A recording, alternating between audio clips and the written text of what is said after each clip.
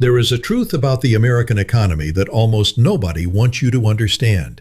The system does not fail the poor. The system works exactly as it was designed to work. It was never built to elevate the working class. It was built to process them, to extract their labor, consume their best years, and return just enough in wages to keep them coming back on Monday morning. And the most elegant part of this machine?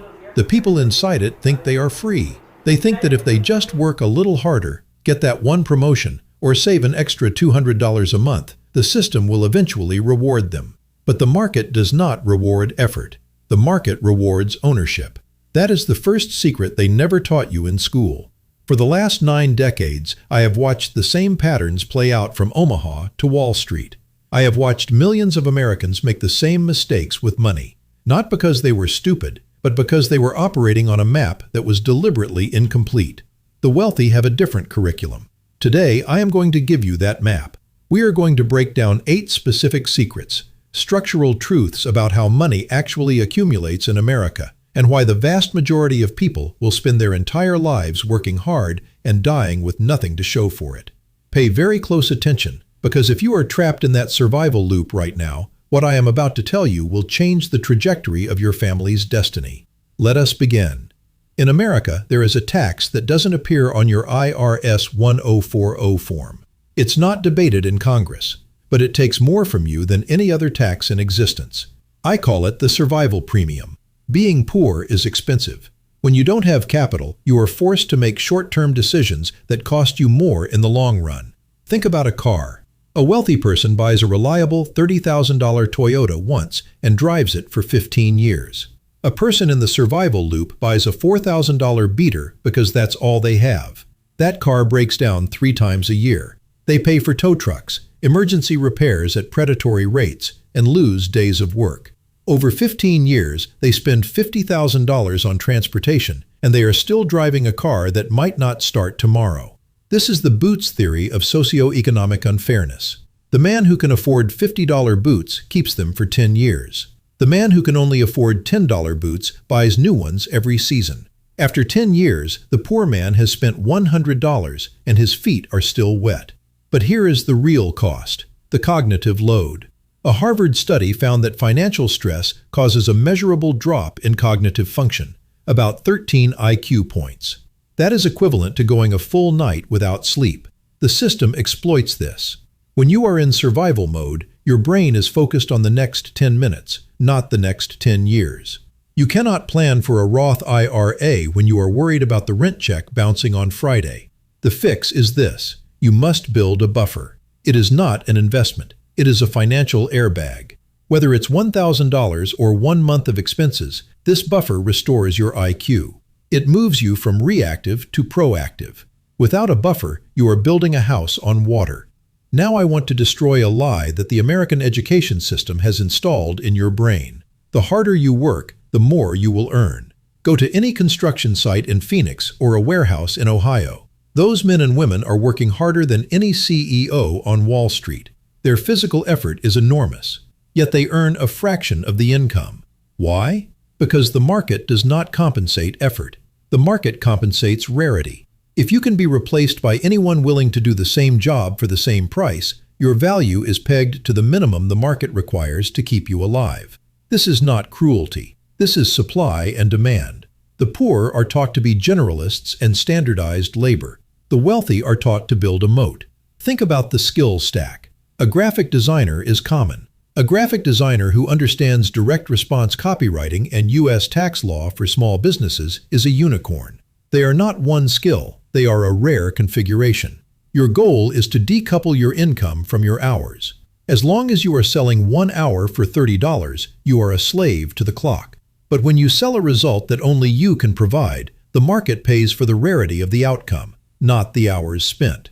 In every American suburb, you will see 2 types of people. There is the man who drives the new $80,000 Ford F-150, wears designer labels, and has the latest iPhone. On paper, he looks wealthy. In reality, he has a negative net worth. He is wearing the costume of wealth. Every dollar he earns goes to servicing the debt of his liabilities. Then there is the quiet neighbor. He drives a 10-year-old Honda. He buys his clothes at Costco.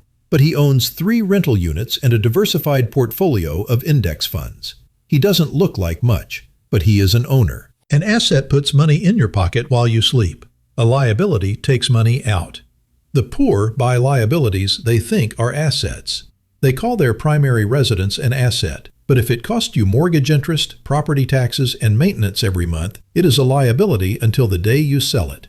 The wealthy buy productive systems. They don't buy the Ferrari until the dividends from their assets pay for the Ferrari. They buy the machine first, then the fruit. The poor eat the seeds and wonder why they have no harvest. Most Americans understand inflation as simply this: gas costs more now. But the real secret is the mechanism of distribution. When the Federal Reserve prints money, that money does not hit everyone at once. It enters through the banks and asset markets first. This means stocks and real estate prices rise before the price of bread and eggs. The people who own assets see their net worth explode. By the time that money reaches the grocery store, your wages haven't moved, but your purchasing power has vanished.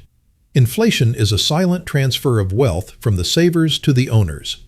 If you hold cash in a savings account at 0.5% interest while inflation is 4%, you are losing 3.5% of your life's work every single year. You are being robbed in broad daylight. You must move from being a consumer of currency to an owner of assets. Even $100 in a low-cost index fund participates in the repricing of the American economy. It puts you on the right side of the engine. People nod when they hear the words compound interest, but they don't feel it. The formula for wealth is simple: principal multiplied by rate of return raised to the power of time. Time is not just a variable, it is the exponent. It multiplies everything. 99% of my net worth was earned after my 50th birthday. I started at 11. I had 40 years of a flat curve before the explosion happened. Most Americans quit during the flat part. They get bored. They see their friends taking vacations while they are putting $500 into a 401k. They think it's not working, and they pull the money out to buy a liability. They reset their compounding clock to 0. The hardest part of wealth isn't the math. It's the psychology of waiting. It's the ability to look ordinary for 20 years so you can be extraordinary for the next 40. My secretary pays a higher effective tax rate than I do. This is a mathematical fact of the U.S. tax system. There are 2 types of income. Earned income, wages, is taxed at the highest rates, up to 37% federal plus FICA. Capital income, dividends and gains, is taxed at lower rates, often 0%, 15%, or 20%. The tax code was written by business owners for business owners. It rewards capital formation. If you earn money with your hands, the government takes the first bite. If you earn money with your money, the government waits. You must learn to shift your income from labor to capital. Use a Roth IRA to make that capital income 100% tax-free. If you don't understand the tax code, you are working for the government 6 months out of every year. You are the average of the 5 people you spend the most time with. This isn't just a motivational quote, it's mirror neuron biology. If you are surrounded by people who normalize debt, gossip, and victimhood, your brain will calibrate to that normal. When you start to save, when you talk about compound growth instead of the weekend, the crabs in the bucket will try to pull you back down.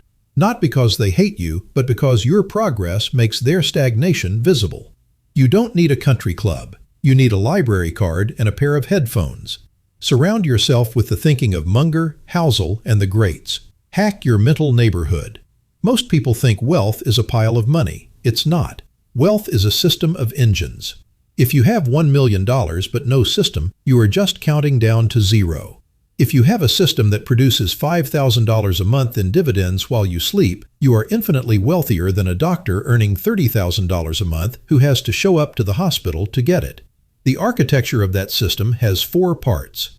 Defense first, a buffer and 0 high-interest debt. Then redirection, automatic flow into assets. Then leverage, skills that scale.